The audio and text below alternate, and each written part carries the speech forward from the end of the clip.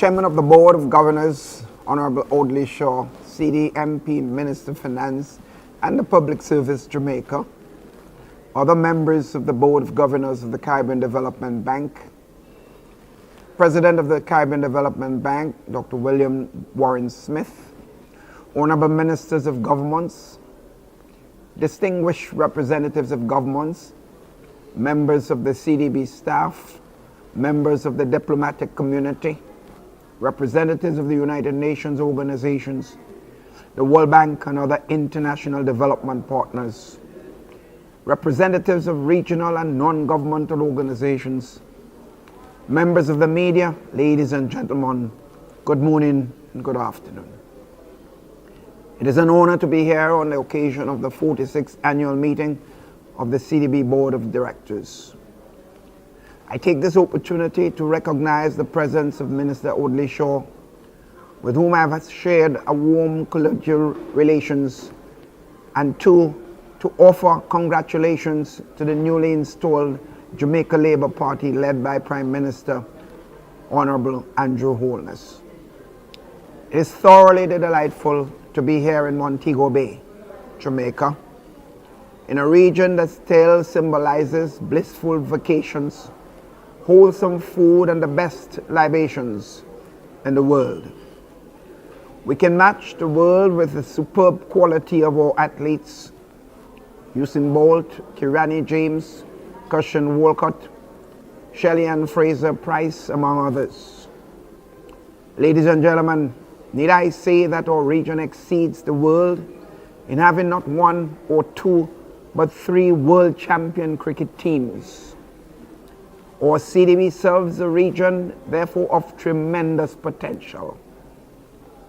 The theme of this year's annual meeting, and I quote, economic transformation for growth and poverty reduction, unquote, is most timely in the context of the current global development agenda.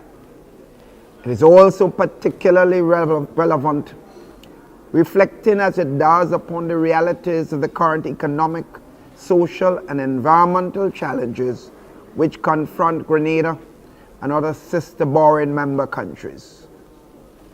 A recent ICLAC study, the Caribbean and the post-2015 Sustainable Development Agenda, reported that the Caribbean, which has posted growth rates averaging 2 to 3% annually between 1970 and 2013, has lagged not only in terms of absolute growth, but also relative to other developing countries and small island developing states SIDS.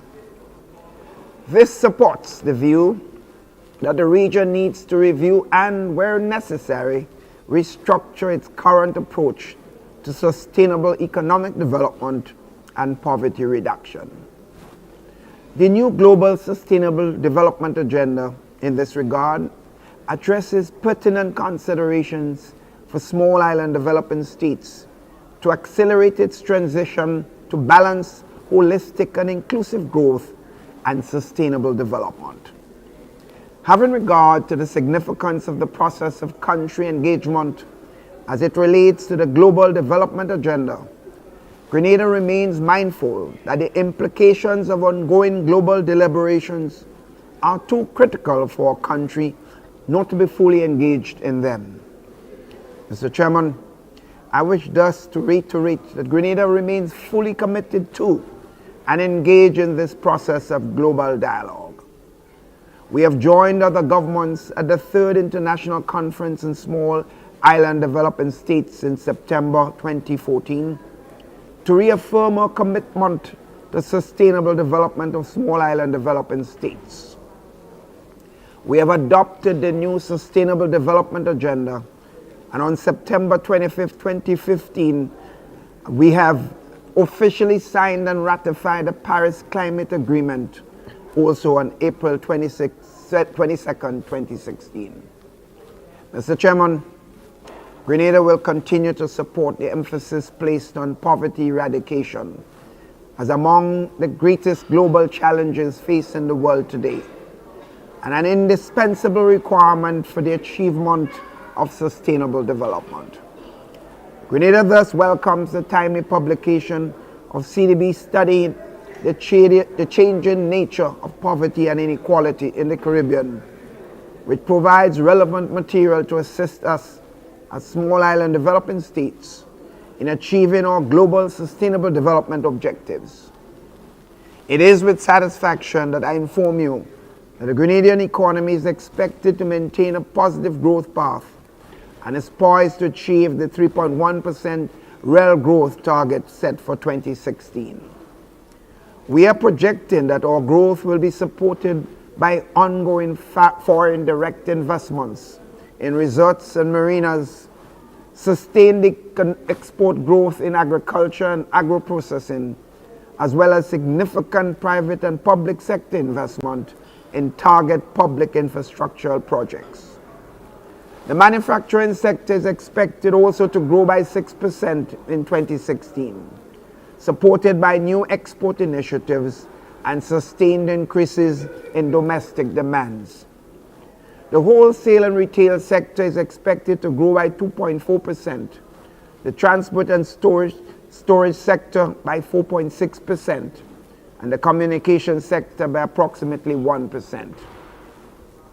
The strong recovery of the construction sector is projected to continue in 2016, with ongoing private sector developments being complemented by the implementation of public sector investments, including the completion of the Parliament building, the disaster vulnerability reduction project, road development works, and airport runway rehabilitation.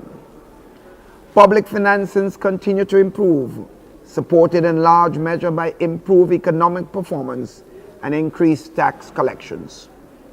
As a result of the successful conclusion of the debt restructuring negotiations with external and domestic creditors, public sector debt fell to 92.7% of GDP, as at the end of 2015, down from 107% at the start of the year. As we look ahead, debt sustainability will continue to be a major medium-term fiscal policy objective. And in this context, the government will continue implementation of its structural reform agenda. So far, the reform program has involved 1. The passage of Fiscal Responsibility Act and the Public Finance Management Act.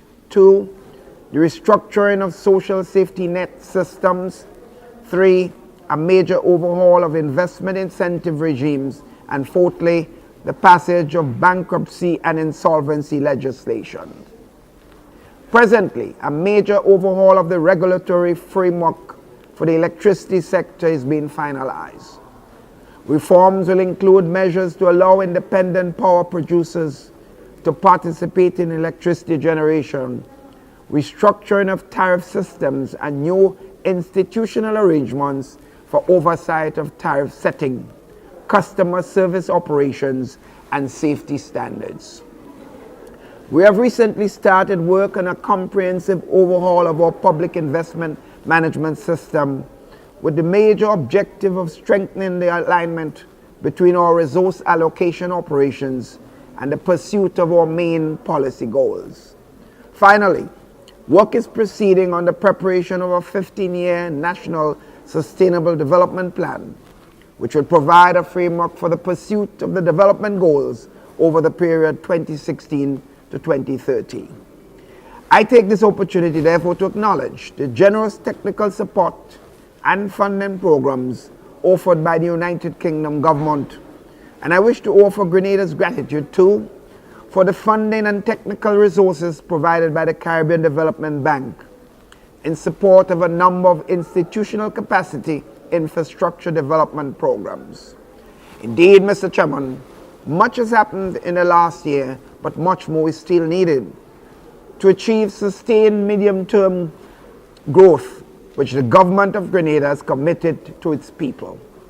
We are vigilant in ensuring that whatever path we choose to reach our macroeconomic targets, that we must fulfill our commitments in economic, social, and environmental spheres in a manner which does not marginalize the vulnerable among us. Colleagues, we'll be guided by the goals and objectives of the new Sustainable Development Agenda. Our challenge is to determine whether and how well our poverty reduction and development initiatives at an individual and collective level are working. I look forward to a frank exchange of views, and I hope to witness our innovation at work as we engage in some practical stock taking and share thoughts on where we are, where we want to be, and how do we get there. Thank you.